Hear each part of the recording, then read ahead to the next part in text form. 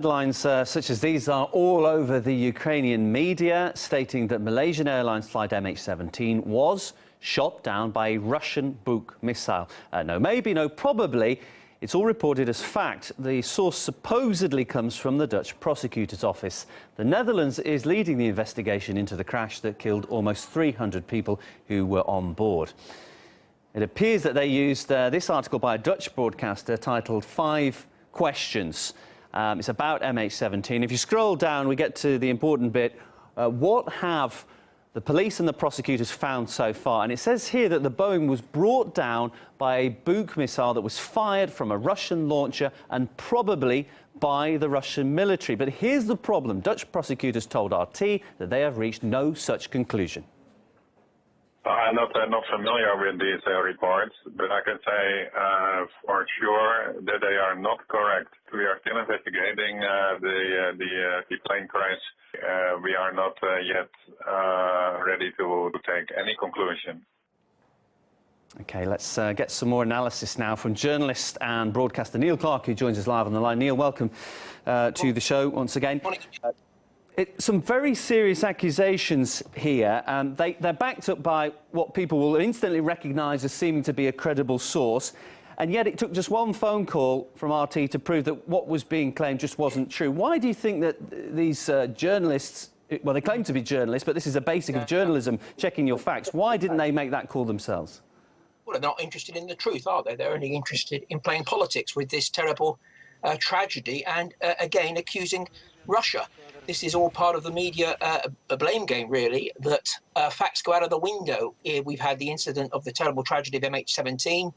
We also had the tragic death of Boris Nemtsov. And in both occasions, we've had so-called journalists rushing to blame Russia and Putin without any evidence. And so this is clear politics. As you said, a simple phone call would have sufficed to find out what the report, but it was actually saying or to find the truth. They weren't interested in that. No, all they were interested in was headlines that Russia was responsible for shooting down this plane. We think back to the day after the MH17 disaster and the infamous headline in the Rupert Murdoch-owned newspaper in Britain, The Sun, we said Putin's missile splashed on the front page. Again, no evidence for that, no apology. And we're in March 2015, and of course we're still waiting for the actual report into actually what caused this terrible tragedy. But it doesn't stop people from blaming Russia, of course. Yeah, I mean, some of the accusations are direct, some a bit more indirect, but they continue to come. How long do you think this blame game, which is clearly what it is going to carry on? Well, it is going to carry on because the geopolitical situation, because of that, because basically there is a war lobby in the West, anti-Russian lobby in the West, which wants to use MH17 to demonise Russia. We think back to what happened. We had David Cameron, the British Prime Minister, actually comparing Russia with Nazi Germany after the terrible tragedy and urging for more sanctions on Russia, which is what this war lobby have done. They've used this terrible plane tragedy for political purposes to try to get a tougher line, more sanctions on Russia. So, of course, the blame game is going to continue. And it's amazing. If you go on Twitter, if you go on the internet, you see this claim that, of course, Putin shot down the plane without any evidence. And it's OK. The journalists are able to put it in. They're not being corrected. They're not losing their jobs. If I or any other journalist wrote, for example, that 9/11 was an inside job, it would be instant dismissal. It would be dismissed as conspiracy theorists. But you can put any conspiracy theory you like in the Western media as long as it's anti-Russian, and you'll get away with it. It is amazing, isn't it? If you say it about an individual, there'll be all kinds of lawsuits. It seems like we live in a world where you can make claims against the leaders of nations or governments and anything seems to go. That seems to be the reality of the situation. The Dutch investigators, everything really depends on what they conclude. We're expecting to hear their findings in the summer.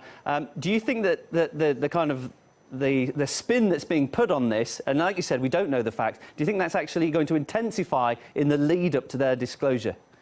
Oh, I'm sure it will, but I think it's pretty revealing that had there been absolutely clear-cut evidence that the so-called pro-Russian separatists, inverted commas, had actually fired this plane down, actually brought this plane down with Buk missiles, had there actually been clear evidence, as the Sun newspaper seemed to think there was, then I think we would have heard it by now. The very fact that it's taken such a long time implies that it's going to be very difficult to get to actually what happened, and all we've got is conjecture. So I think that those people who came out within minutes to blame Putin seem to have had evidence that obviously the Dutch investigators haven't seen yet, because if they did have that clear evidence, the report would have been out by now, surely. The fact that it isn't tells us quite clearly but it is in doubt that there could be other reasons for this plane coming down.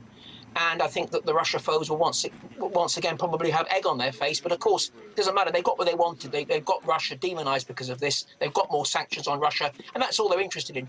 They're not interested in the truth. These are the people who told us Iraq had WMDs. They've told us a lot of false information for years. And they're still doing it, I'm afraid.